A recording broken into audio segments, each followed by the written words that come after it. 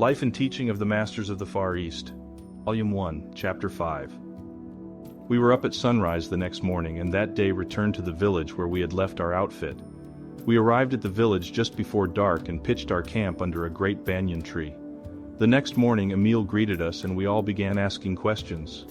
He said, "I do not wonder at your questions, and I will gladly answer all that I can at this time, leaving others until you have gone further into our work. In talking to you as I am, you fully realize that I am using your language to convey to you the one great underlying principle of our belief.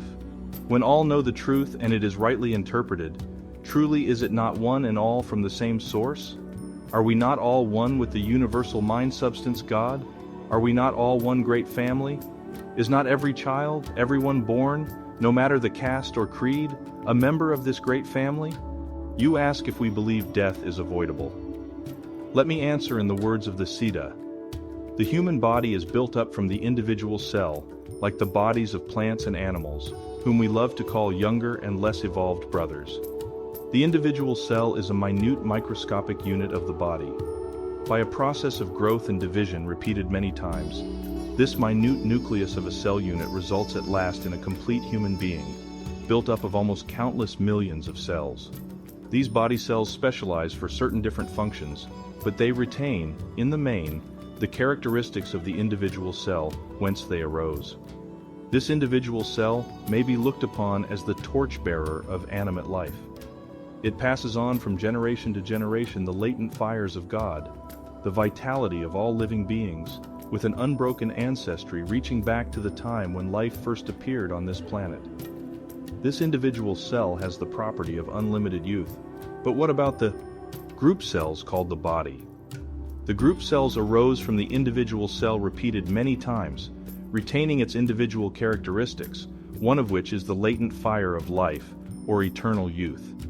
The group cells, or body, function as guardian of the individual cell only during the short span of life as you know it now.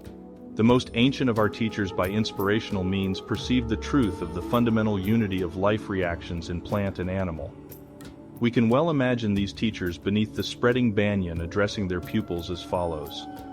Look at this giant tree. The vital process going on in our brother, this tree, and in ourselves is fundamentally the same. Behold the leaves and the buds at the tips of the oldest banyan, how young they are, young as the seed from which the giant sprang into life.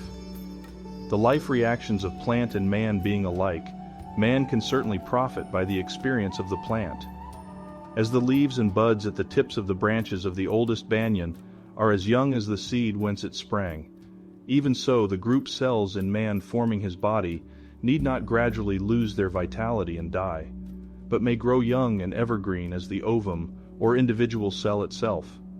Indeed, there is no reason why your body should not grow as young and vital as the vital seed from which it sprang.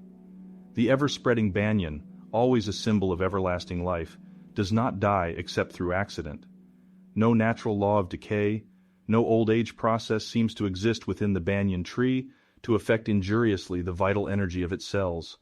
The same is true of the human form divine.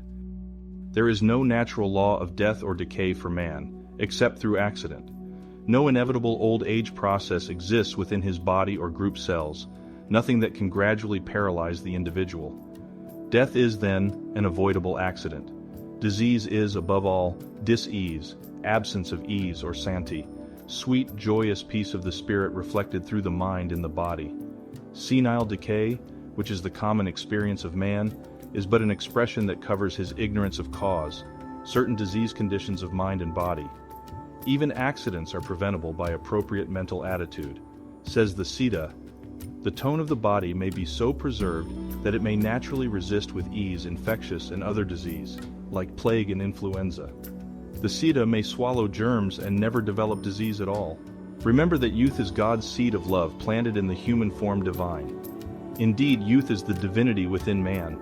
Youth is the life spiritual, the life beautiful. It is only life that lives and loves, the one life eternal. Age is unspiritual, mortal, ugly, unreal. Fear thoughts, pain thoughts, and grief thoughts create the ugliness called old age. Joyous thoughts, love thoughts, and ideal thoughts create the beauty called youth. Age is but a shell within which lies the gem of reality, the jewel of youth.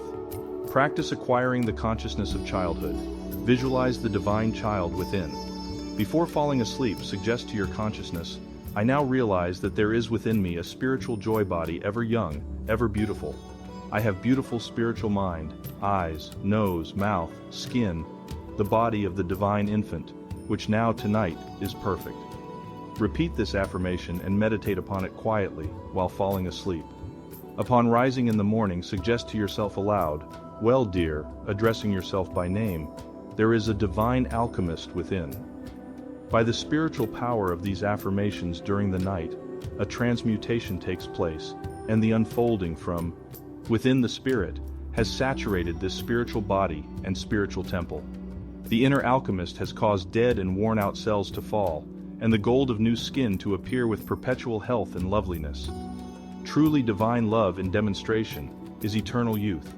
The divine alchemist is within my temple, constantly coining new and beautiful baby cells. The spirit of youth is within my temple, this human form divine, and all is well. Om Santi, Santi, Santi, peace, peace, peace. Learn to smile in the sweet way of a child. A smile from the soul is spiritual relaxation. A real smile is a thing of true beauty, the artistic work of the inner ruler immortal. It is well to affirm, I think a kind thought for all the world. May all the world be happy and blessed. Affirm before taking up the work for the day, within me there is a perfect form, the form divine. I am now all that I desire to be. I visualize daily my beautiful being until I breathe it into expression. I am a divine child, all my needs are being now and forever supplied. Learn to thrill yourself. Affirm, infinite love fills my mind and thrills my body with its perfect life. Make everything bright and beautiful about you. Cultivate a spirit of humor. Enjoy the sunshine. You understand that I am quoting from the teaching of Siddha. They are the oldest teachers known, and their teaching antedates all history by thousands of years. They went about teaching the people and showing them the better way of life, even before man knew the simple arts of civilization. It is from their teaching that the system of rulers sprang. But these rulers soon wandered away from the realization that it was God expressing through them. Thinking it was themselves, the personal, who were doing the work, they lost sight of the spiritual and brought forth the personal or material, forgetting that all comes from the one source, God. These rulers' personal concepts gave rise to the great separations in belief and the wide diversity of thought. This is our concept of the Tower of Babel. The Siddha have preserved throughout the ages the true inspirational methods of God expressing through mankind and through all his creations, realizing that God is all, and that it is God manifesting through all. They have never deviated from this teaching. Thus they have preserved the great fundamental truth.